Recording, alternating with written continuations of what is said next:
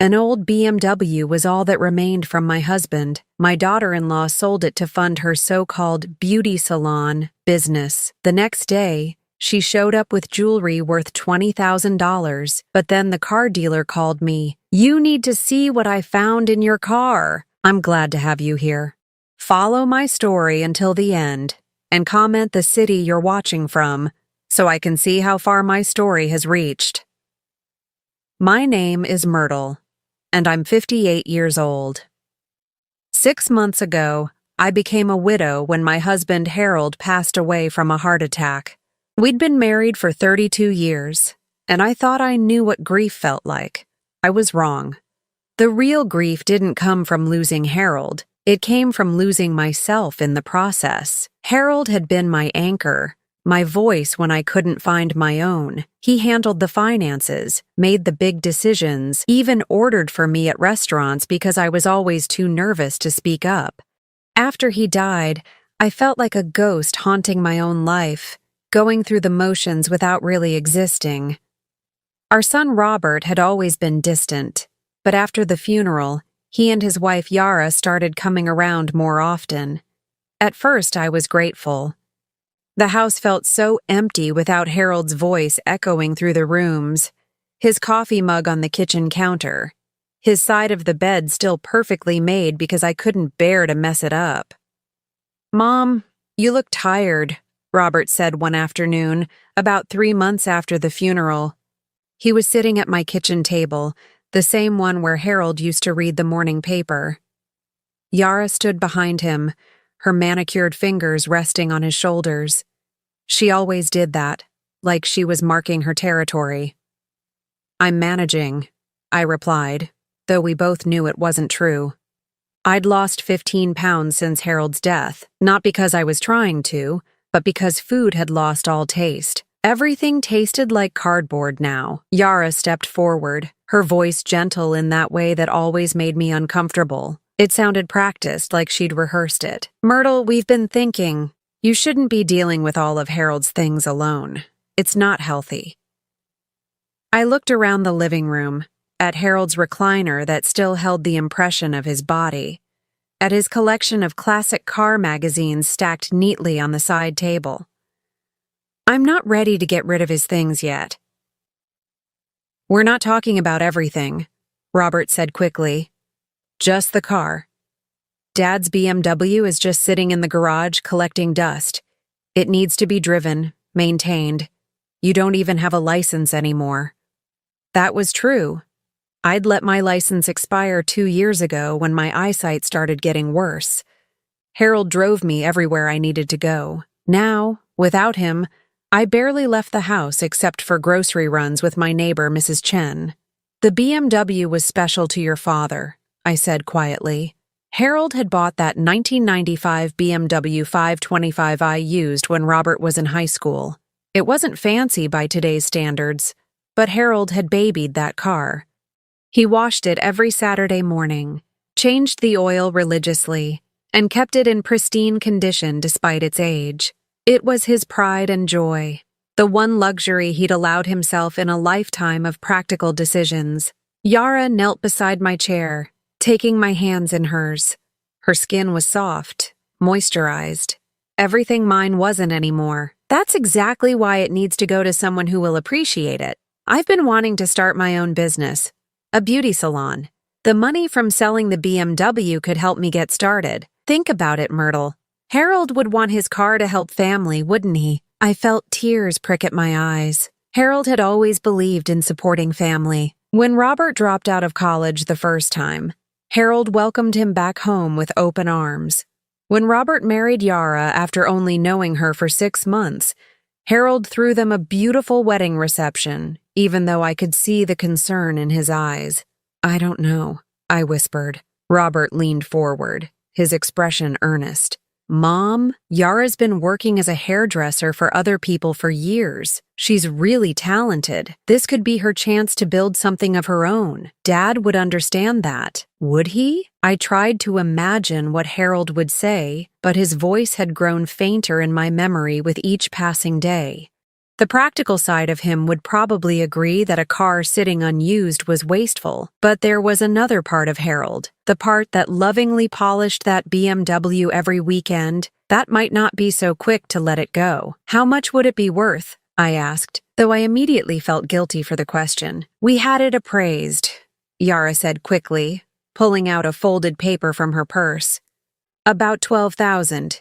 It's in excellent condition for its age. $12,000. It seemed like so little for something that had meant so much to Harold. But what did I know about car values? Harold had always handled these things. I stared at the appraisal, the numbers blurring through my tears. Part of me wanted to say no, to keep the BMW as a tangible connection to my husband. But another part, the part that had been drowning in loneliness for months, desperately wanted to feel useful again. To feel like I mattered to my son and daughter-in-law. If it would really help you start your business, I said slowly, my voice barely audible. Yara's face lit up. Oh, Myrtle, thank you. This means everything to me. To us.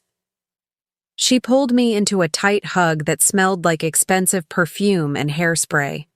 Robert smiled, and for a moment, he looked like the little boy who used to help Harold wash the BMW on Saturday mornings. Thanks, Mom. Dad would be proud of you for helping family. But as they left that day, taking the BMW's keys and title with them, I felt an emptiness that went deeper than grief. I stood in the garage staring at the oil stain where Harold's beloved car had sat for over 25 years. The space looked so much bigger now, so vacant. I ran my finger along the workbench where Harold used to keep his car maintenance supplies. Everything was still there. The bottles of wax, the chamois cloths, the tire pressure gauge. But the car they were meant for was gone. That night, I lay in bed listening to the silence where Harold's breathing used to be. And I couldn't shake the feeling that I'd just given away more than a car. I'd given away the last piece of the man who'd loved me unconditionally for 32 years. And for what? The hope that my son might visit more often? The possibility that Yara might finally see me as family instead of an obligation? I pulled Harold's pillow against my chest and breathed in the faint scent of his cologne that still lingered in the fabric. I'm sorry, Harold, I whispered into the darkness. I hope I did the right thing, but deep in my heart, I already knew I hadn't. 3 weeks after giving up Harold's BMW, I was sitting in my living room when Yara walked through my front door like she owned the place. But it wasn't her confidence that made me do a double take. It was what she was wearing. Gold earrings caught the afternoon sunlight streaming through my windows. They were substantial, expensive-looking hoops that swayed as she moved. Around her neck, a delicate gold chain held what appeared to be a real diamond pendant. Her wrist sparkled with a tennis bracelet that looked like it belonged in a jewelry store display case, not on the arm of someone who'd just used my dead husband's car money to start a business. Myrtle, how are you holding up? She asked, settling onto my couch without invitation. The bracelet caught the light again as she tucked a strand of her perfectly styled hair behind one of those expensive earrings. I'm fine, I lied, though my eyes kept drifting to her jewelry. How's the salon coming along? Yara's smile was radiant. Oh, it's going amazingly well. Better than I ever expected. I've been so busy I barely have time to breathe. That's wonderful, I said, but something cold settled in my stomach. Where is the salon located? Downtown on 5th Street. You should come by sometime once I get everything fully set up. I nodded, though I had no idea where on 5th Street she meant. And business is already good? Incredible! Word of mouth, you know. I've always had a talent for making women feel beautiful. She held up her hands, examining her own perfectly manicured nails. Speaking of which, I should get these redone. I've been so busy I've been neglecting myself. I stared at those manicured nails, at the jewelry that probably cost more than I spent on groceries in 6 months, and tried to make sense of it. How does someone afford $20,000 worth of jewelry from a beauty salon that's been open for 3 weeks? Those are beautiful earrings, I said carefully. Yara touched them unconsciously, her smile widening. Robert bought them for me. He said I deserved something special for working so hard on the business. Isn't he sweet? Very sweet, I agreed, though my voice sounded hollow even to myself. Robert had never been the type to buy expensive jewelry. For their anniversary last year, he'd gotten Yara a gift card to her favorite restaurant. Where was he suddenly getting money for diamond earrings? And this, she said, touching the pendant at her throat, was a gift from one of my first clients. She was so happy with her hair that she insisted I take this as payment. Can you believe it? People are just so generous. A client paid for a haircut with a diamond necklace? I wasn't worldly, but even I knew that sounded unlikely. But I nodded anyway, not trusting myself to speak. Robert appeared in my doorway, car keys jingling in his hand. Ready to go, babe? Hey, Mom. Hi, sweetheart, I said, studying my son's face. He looked tired, older somehow, but he was also wearing a new watch I'd never seen before. How's work going? Can't complain. He worked at a mid-level accounting firm, the kind of steady job that paid the bills but didn't leave room for luxury purchases. We should get going, though. Dinner reservations. Where are you going? I asked, trying to keep my tone light. That new steakhouse on the river, Yara said, standing and smoothing her skirt. We've been working so hard lately, we decided to treat ourselves. A steakhouse on the river. I'd seen the advertisements. Entrees started at $40. Harold and I had talked about going there for our anniversary, but he'd always said it was too expensive for what it was. After they left, I sat in my living room trying to make sense of what I'd seen. Yara's jewelry, Robert's new watch, expensive dinners at restaurants I couldn't afford even with Harold's life insurance money. If the salon was doing so well, why hadn't Yara invited me to see it? Why couldn't she give me a specific address? I walked to the garage and stood in the empty space where the BMW used to sit. Harold had been so proud of that car, so careful with it. He'd kept every maintenance record, every receipt, organized in a neat folder in his workshop. The folder was still there, sitting on the workbench like a monument to his attention to detail.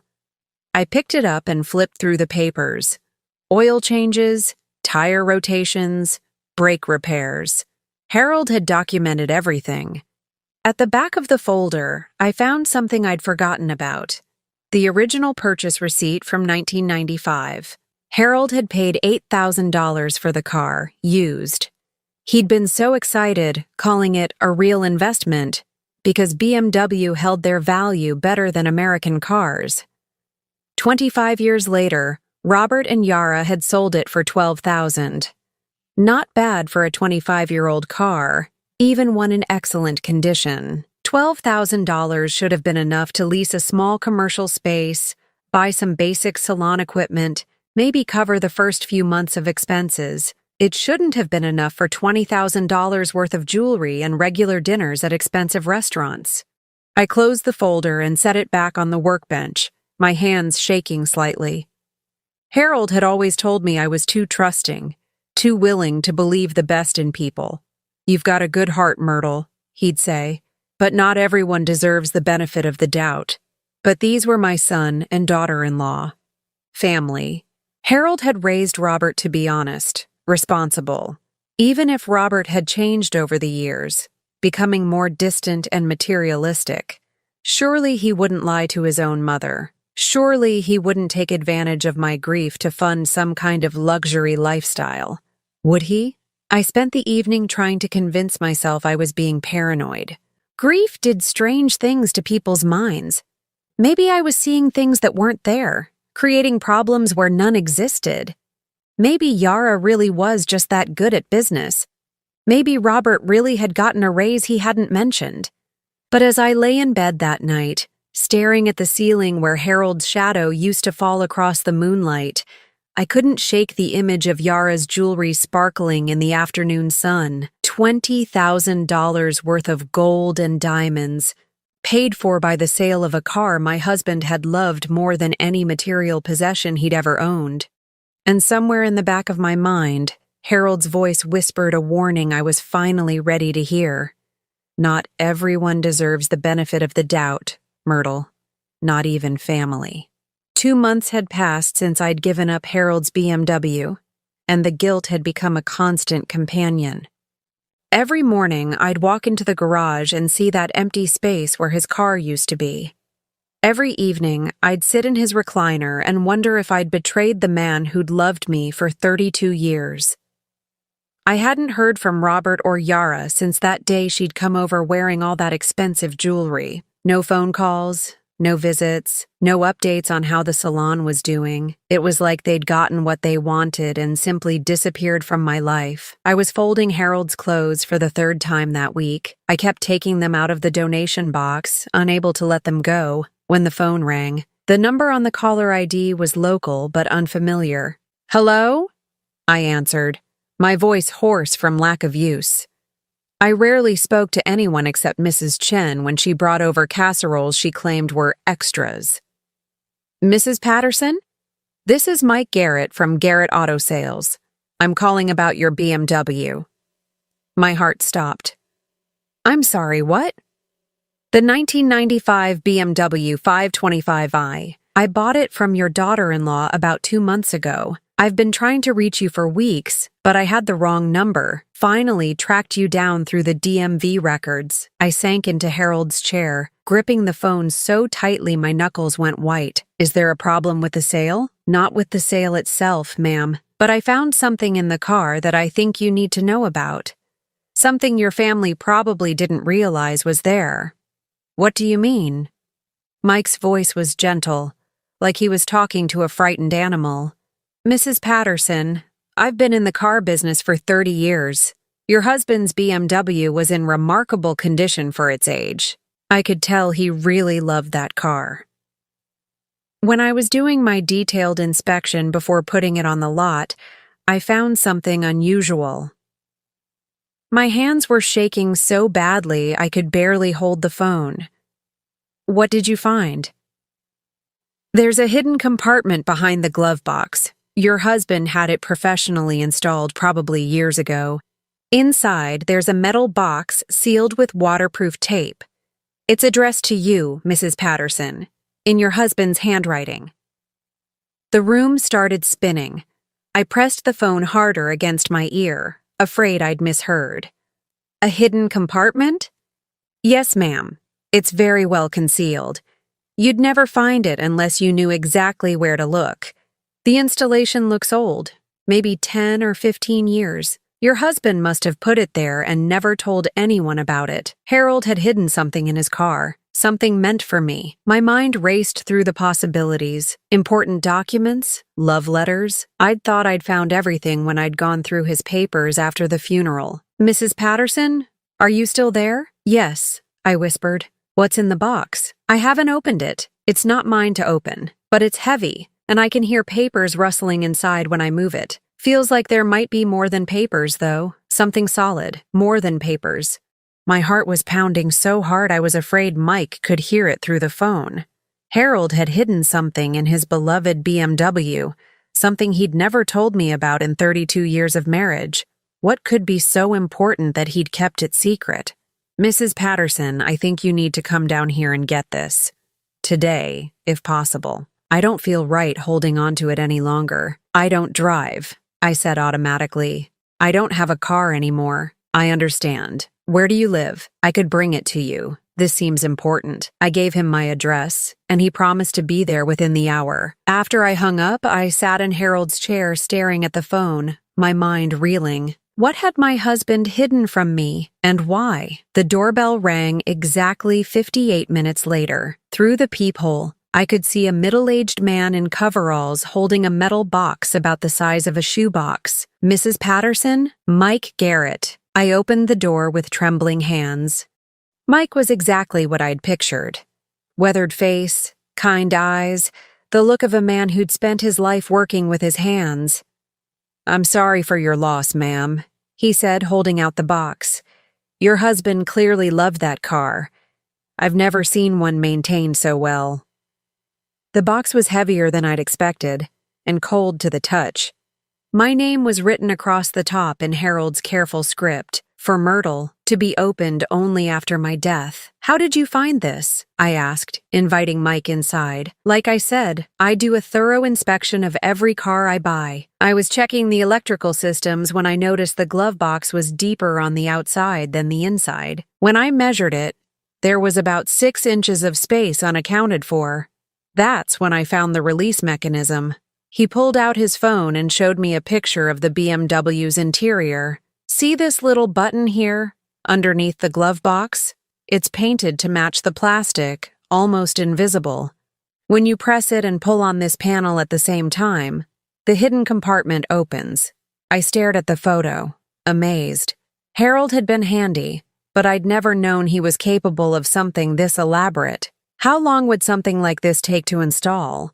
If you knew what you were doing, a full day, maybe 2, but the concealment work, making it look factory original, that's professional level. Your husband either had serious skills or he paid someone good money to do this right. After Mike left, I sat at my kitchen table staring at the box. The tape sealing it was old and yellowed, but still strong.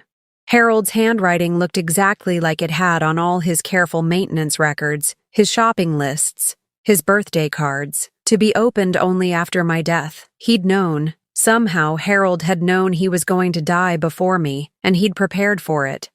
But what could be so important that he'd hidden it away for years, waiting for this moment? My hand shook as I found Harold's old box cutter in his workshop. The blade sliced through the tape easily, and the lid of the metal box opened with a soft click. The first thing I saw was an envelope with my name on it, written in Harold's handwriting. Underneath were more envelopes, some official-looking documents, and what appeared to be bank statements. At the very bottom, something wrapped in black velvet. I picked up the first envelope with my name on it. My fingers were trembling so badly I could barely open it. Inside was a single sheet of paper covered in Harold's careful writing. "My dearest Myrtle, if you're reading this, then I'm gone, and you've found my insurance policy. I pray you never needed to look for this, but I know our son better than you want to believe. I've seen the way he looks at our finances, the way Yara calculates the value of everything in our house. I hope I'm wrong about them, but if I'm not, this box contains everything you'll need to take care of yourself. I've been preparing for this possibility for 15 years, ever since Robert dropped out of college the first time and I realized he might never truly grow up. Everything in this box belongs to you now. Don't let anyone tell you otherwise. You are stronger than you know, Myrtle. You just forgot because I never gave you the chance to prove it. I'm sorry for that. All my love, Harold P.S. Check the stocks first, then the safety deposit box key, then the life insurance policies you don't know about." My hands were shaking so violently I could barely hold the letter. Harold had been planning for this. He'd known Robert and Yara might try to take advantage of me, and he'd prepared a defense. I reached for the next envelope with numb fingers. Inside were stock certificates, dozens of them, for companies I'd never heard of. Apple, Microsoft, Amazon, Google. The dates showed Harold had been buying these stocks for years, small amounts at a time, never mentioning them to me. The next envelope contained bank statements for accounts I didn't know existed, savings accounts, investment accounts, all in my name. The balances made my head spin. Hundreds of thousands of dollars I'd never known about. At the bottom of the box, wrapped in black velvet, was a small key attached to a tag with an address I didn't recognize. Safety Deposit Box, Bank of America, Elm Street Branch, Box 347. I sat back in my chair, surrounded by papers that represented a fortune I'd never known I had. Harold had been secretly protecting our future, preparing for the day when I'd be alone and vulnerable, and he'd hidden it all in the car he loved most, the one place he knew I'd never think to look but would eventually have to let go. The car Robert and Yara had convinced me to sell for $12,000. The car they'd used to fund their luxury lifestyle while I sat alone in this house, feeling poor and forgotten. But I wasn't poor. I wasn't forgotten. Harold had made sure of that, and suddenly, for the first time since his death, I felt something I'd almost forgotten how to feel: powerful. The next morning, I called a taxi for the first time in 20 years. Mrs. Chen had offered to drive me to the bank, but this was something I needed to do alone. I clutched Harold's safety deposit box key in my purse like a lifeline, still unable to fully process what I'd discovered the night before. Bank of America on Elm Street was Harold's old bank, the one we'd used before consolidating everything into our joint account at First National 15 years ago. Or so I'd thought. Apparently, Harold had kept this account secret all these years. Mrs. Patterson, the bank manager, a professional woman about my son's age, led me to the safety deposit box area. "I'm sorry for your loss. Your husband was a valued customer for many years." "He was?" I asked, surprised. "How many years?" "Let me check." She consulted her computer. "Looks like he opened this box in 2008. He came in regularly, usually once a month, sometimes twice." 2008. That was right after Robert dropped out of college the first time, when he'd come home talking about get-rich-quick schemes and asking Harold for money to invest in businesses that never materialized. Harold had been so disappointed, but he'd never let it show. At least, I'd thought he hadn't.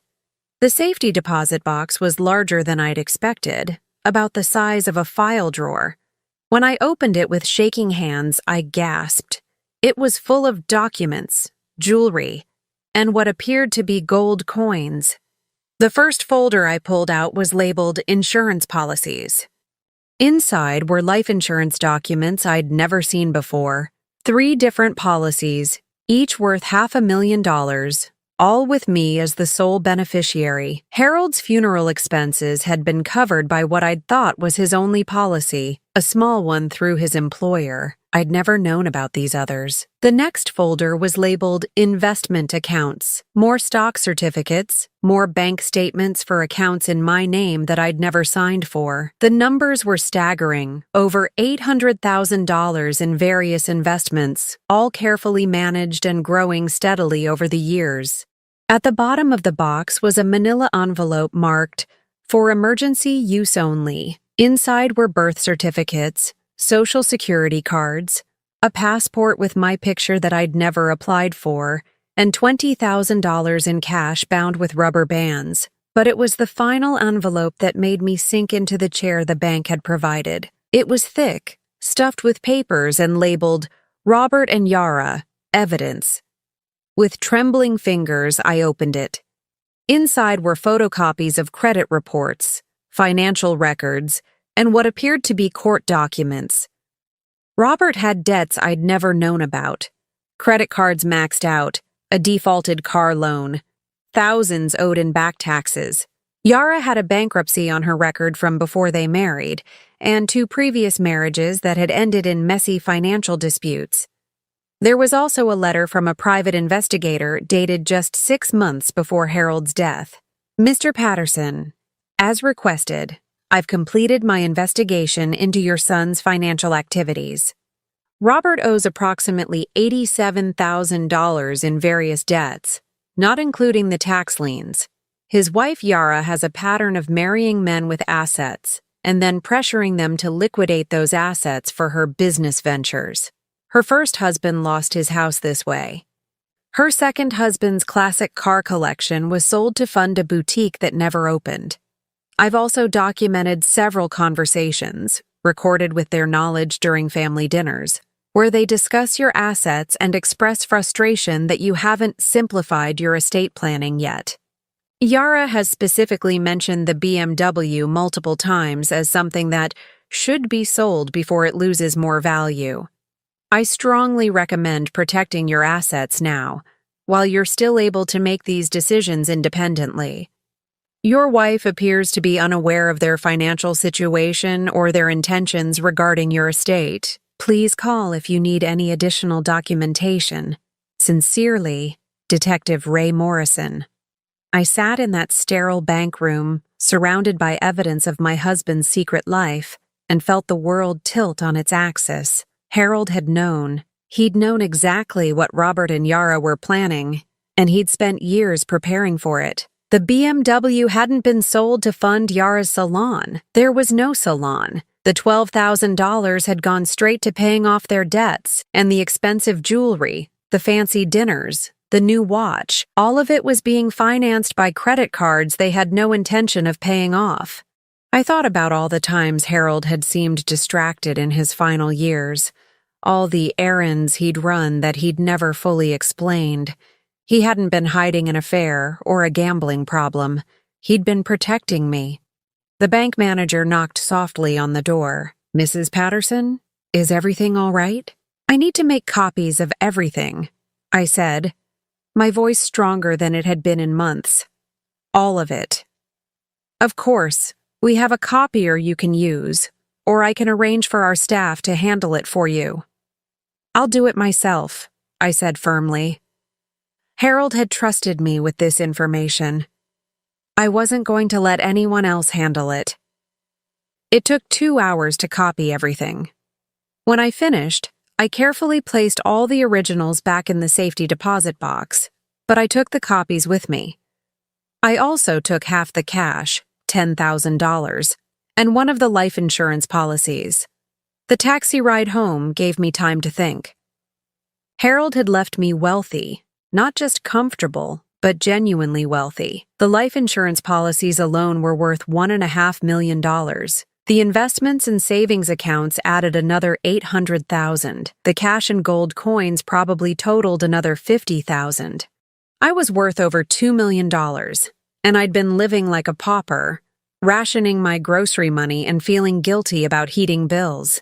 But more than the money, Harold had given me something infinitely more valuable: the truth. I wasn't the naive, helpless widow I'd believed myself to be.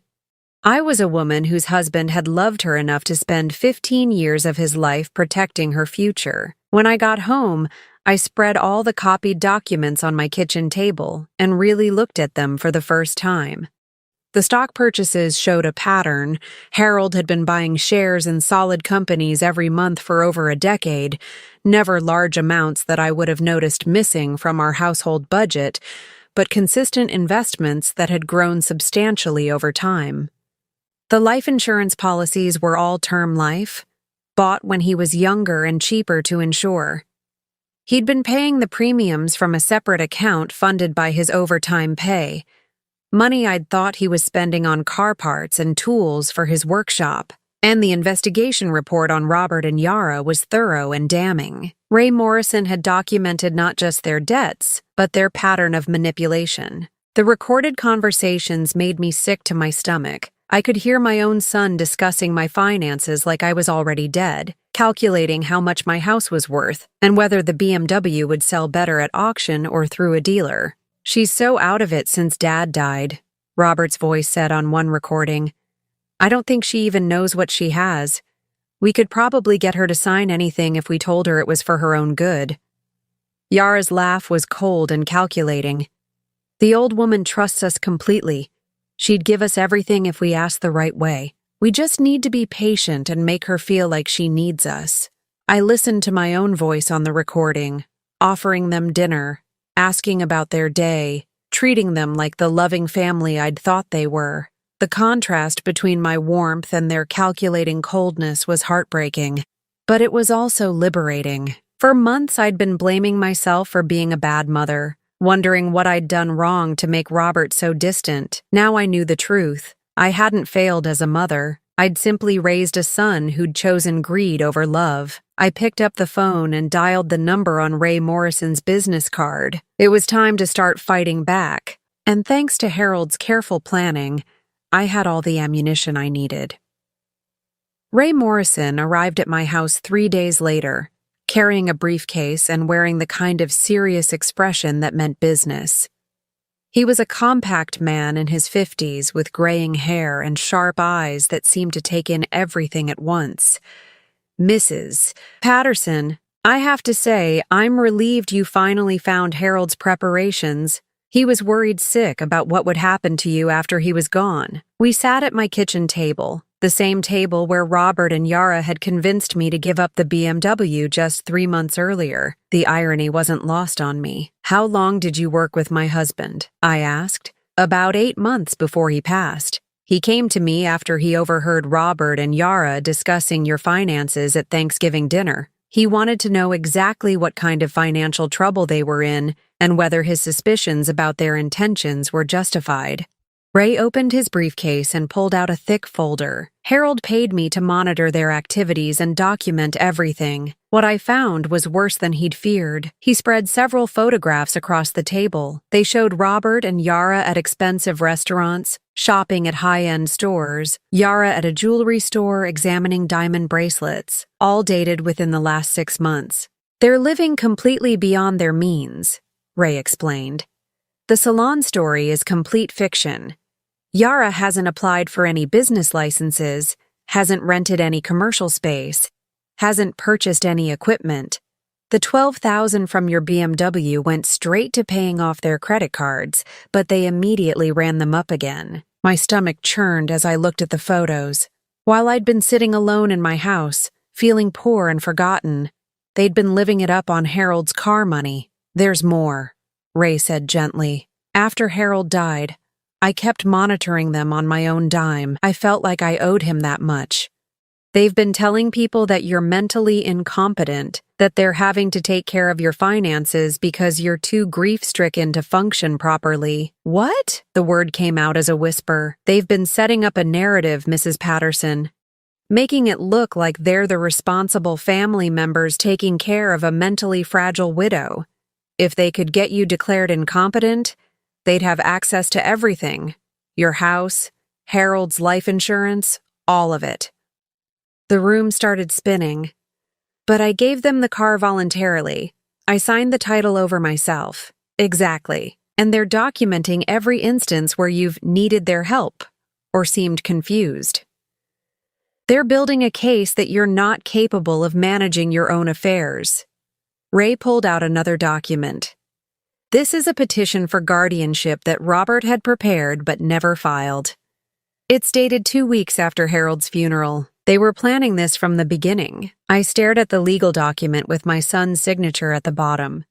The petition claimed I was suffering from severe depression and cognitive decline following my husband's death, that I was unable to make sound financial decisions, and that I needed a legal guardian to protect me from making harmful choices. They were going to have me declared incompetent? I asked, my voice barely audible. If the BMW sale hadn't been enough to solve their immediate financial problems, yes, Harold suspected they might try something like this, which is why he was so careful to put everything in your name only and document their true intentions. I felt a rage building inside me unlike anything I'd ever experienced. This wasn't just about money. They had been planning to steal my freedom, my dignity, my right to live independently. They would have locked me away in some facility while they spent my money and sold my house. What can I do? I asked. Ray smiled for the first time since he'd arrived. Harold made sure you'd have options.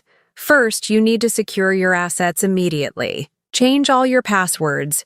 Put alerts on all your accounts. Make sure they can't access anything. Second, we document their current financial situation and their lies about the salon. Third, we give them enough rope to hang themselves. What do you mean? We let them ask you for more money. Now that you know the truth, we record the conversation. Let them lie to you about why they need it. Let them manipulate you. Then we have evidence of their fraudulent behavior. The idea of facing Robert and Yara again, of pretending I didn't know what they'd done, made my hands shake. But Ray was right. If I was going to protect myself, I needed more than just Harold's investigation. I needed current evidence of their deception. I don't know if I can do it, I said honestly. I've never been good at confrontation. Harold always handled the difficult conversations. Ray's expression softened. Mrs. Patterson, You've survived 32 years of marriage, raised a child, and managed a household for decades. You're stronger than you think. Harold knew that, even if you don't. That evening, I called Robert for the first time since the day I'd given him the BMW keys. "Mom, is everything okay?" His voice carried that patronizing tone I'd grown accustomed to, like he was talking to a confused child. "I'm fine, sweetheart. I was just wondering how Yara's salon is doing. I haven't heard any updates." "Oh, it's going great. Really great. She's been so busy she can barely keep up with demand." The lie came so easily, so smoothly. I wondered how many times he'd practiced it. That's wonderful. I was thinking, maybe I could help out a little more. I have some money from your father's life insurance that I haven't needed yet. There was a pause, and I could practically hear him calculating. "That's really generous, Mom, but we wouldn't want to take advantage of your kindness." "It wouldn't be taking advantage. Family helps family, right? That's what Harold always said." Another pause. "Well, if you're sure you can spare it, there are some upgrades Yara wants to make to the salon. Better equipment, maybe expand into the space next door." "How much would something like that cost? Maybe $20,000? 25 at the most." $25,000 for improvements to a salon that didn't exist. My grip tightened on the phone, but I kept my voice steady. "I think I could manage that. Why don't you both come over this weekend and we can discuss it?" "That sounds perfect, Mom. Saturday afternoon?"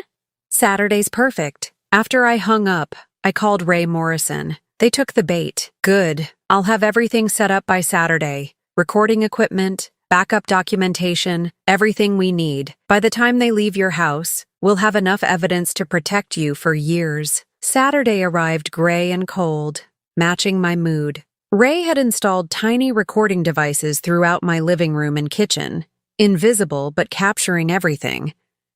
I'd practiced what I would say, how I would react, but my hands still shook as I waited for Robert and Yara to arrive. They came bearing gifts, flowers for me, expensive wine, and warm smiles that I now recognized as completely fake. Yara was wearing different jewelry than the last time I'd seen her, but it was equally expensive. Robert had on another new watch. "Mom, you look wonderful," Robert said, giving me a hug that felt like a performance. "Much better than the last time we saw you." "I've been feeling stronger lately," I said, which was absolutely true. We sat in my living room, the same room where they'd convinced me to give up Harold's car. But this time, I was the one in control. "So tell me about these salon improvements," I said, settling into Harold's chair with the confidence he'd always displayed there. Yara launched into an elaborate story about new hair washing stations, modern styling chairs, perhaps adding a nail salon component. She spoke with such conviction that I almost wondered if she'd started believing her own lies. "It sounds expensive," I said carefully. "It is, but it's an investment," Robert chimed in. "Yara's got such a great business sense. This could really set her up for long-term success. And you need $25,000 for all this?" "Actually," Yara said, glancing at Robert, "we've been looking at the numbers again. With permits and everything, it might be closer to 30,000. 30,000. The number kept growing, just like Ray had predicted it would. "That's a lot of money," I said. "More than Harold's car was worth." "But Mom," Robert said, leaning forward with that earnest expression that used to melt my heart, "this is different. The car was just sitting there, not doing anyone any good. This money would be helping Yara build something permanent, something that could support our family for years." I looked at my son, at the man I'd raised and loved and sacrificed for, and saw a stranger. Everything about him was calculated. His expression, his tone, even the way he was sitting. He was performing the role of a loving son while planning to rob me blind. "I want to help," I said slowly. "But I need to understand something first." They both straightened, sensing a change in my tone. "I want to see the salon. Yara's smile flickered for just a moment. Oh, it's not really ready for visitors yet. It's still under construction, very messy. I don't mind mess. I'd just like to see where my money is going. Robert and Yara exchanged a quick glance, and in that moment, I saw everything Ray had warned me about. The calculation, the panic, the desperate scramble to maintain their lie. Maybe next week, Robert said quickly, once they finished the floor installation. Which address on 5th Street is it again? I asked innocently. Another glance between them. It's actually moved, Yara said. We found a better space on 3rd Street. That's exciting. What's the address there? The silence stretched for several uncomfortable seconds. Finally, Robert cleared his throat. Mom, why all the questions? Don't you trust us? And there it was, the moment I'd been preparing for. I looked at my son, at the man who'd been planning to have me declared mentally incompetent so he could steal everything Harold had left me, and I felt something I'd never felt before, complete clarity. No, Robert, I said calmly. I don't trust you at all. The words hung in the air like a bomb that had just exploded. Robert's face went white, then red, then white again. Yara's mouth fell open, her perfectly applied lipstick suddenly looking garish against her pale skin. Mom, what are you talking about?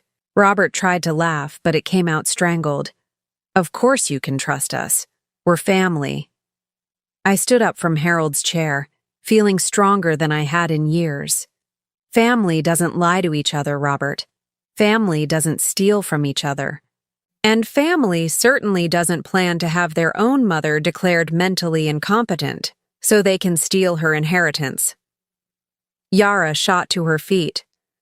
I don't know what you're talking about. You're obviously confused, Myrtle. Maybe you should sit down.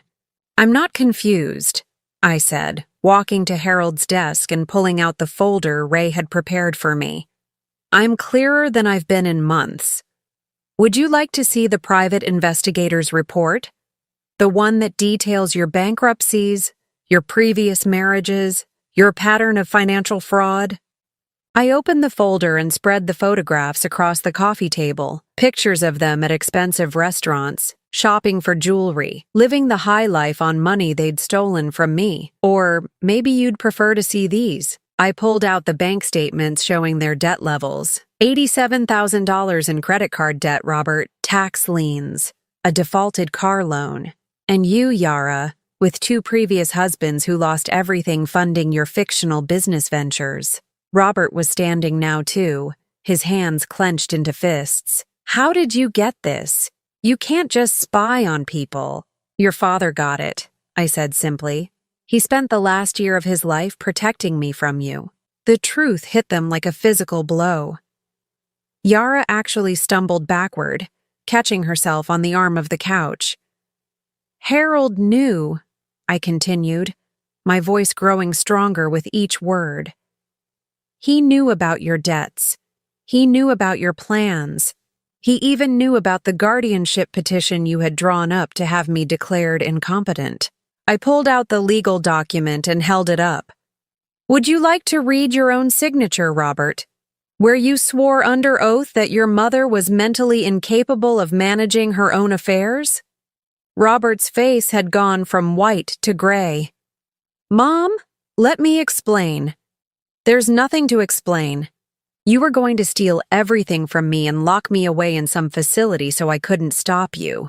The only thing I don't understand is why you waited so long to file it. Yara found her voice first, and when she spoke, all pretense of sweetness was gone. Because we thought you'd just hand everything over voluntarily, like you did with the car. We thought you were too pathetic and grief-stricken to fight back. The words should have hurt, but they didn't. They just confirmed everything I'd already learned about who these people really were. You're right about one thing, I said calmly. I was pathetic. I was so desperate for family, so afraid of being alone, that I let you manipulate me. but I'm not that woman anymore. I walked to the front door and opened it. Get out of my house. Neither of them moved. Robert was staring at the photos and documents spread across my coffee table, probably calculating how much trouble he was in. Yara was looking around the room like she was cataloging everything she'd thought would be hers someday. I said, "Get out." "Mom, please," Robert said, his voice taking on a wheedling tone I'd never heard before. "We can work this out. We made some mistakes, but we're still family." "No," I said firmly. "Family doesn't plan to destroy each other. You made your choice when you decided I was worth more to you incompetent than competent. Now I'm making mine." Yara grabbed her purse, her face twisted with rage. "You think you're so smart, don't you? Well, enjoy your money, Myrtle. Enjoy sitting alone in this house with your dead husband's things, because that's all you'll ever have. I'd rather be alone than surrounded by people who see me as nothing but a bank account," I replied. She stormed past me, but Robert lingered in the doorway. For just a moment, I saw a flash of the little boy he used to be, the one who'd helped Harold wash the BMW on Saturday mornings. "I'm sorry, Mom," he said quietly. "I never wanted it to go this far." "But it did go this far, Robert. You were willing to have me locked away. There's no coming back from that."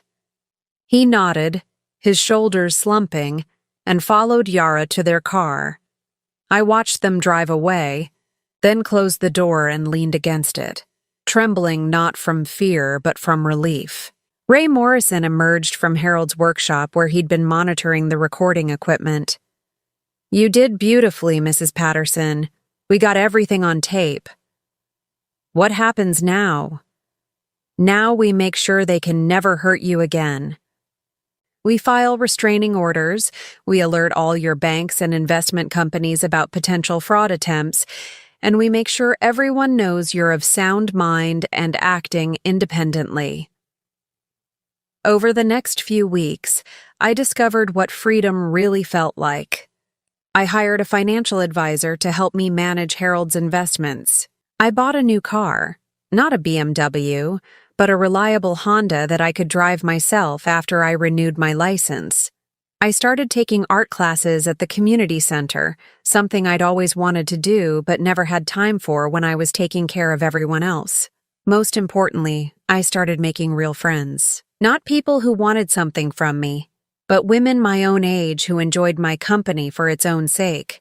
Margaret from my art class, who made me laugh until my sides hurt.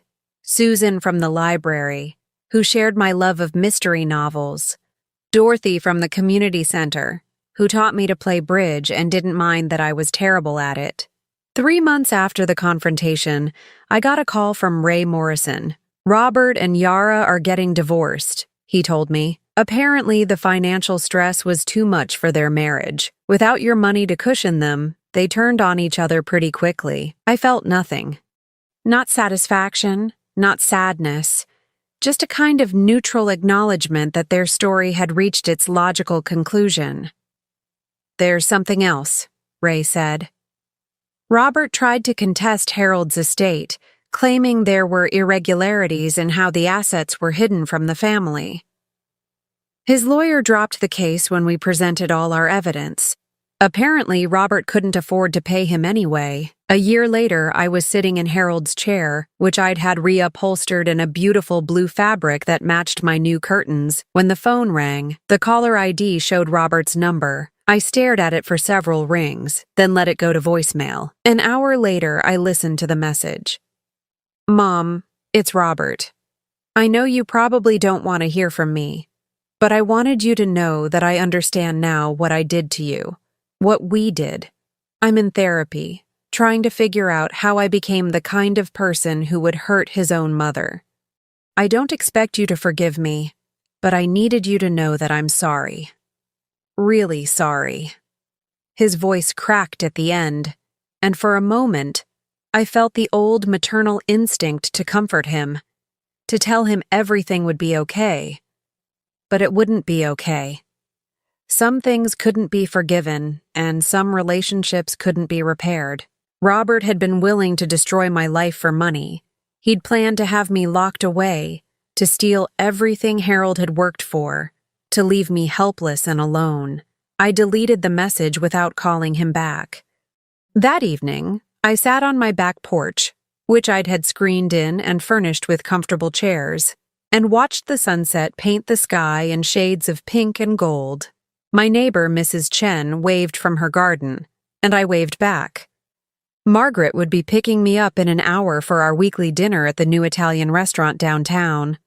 I thought about Harold and how proud he would be to see me now, not the frightened, dependent woman I'd been after his death, but the strong, independent woman he'd always believed I could be. He'd given me more than money. He'd given me the chance to discover who I was when I wasn't defined by taking care of other people. My phone buzzed with a text from Dorothy.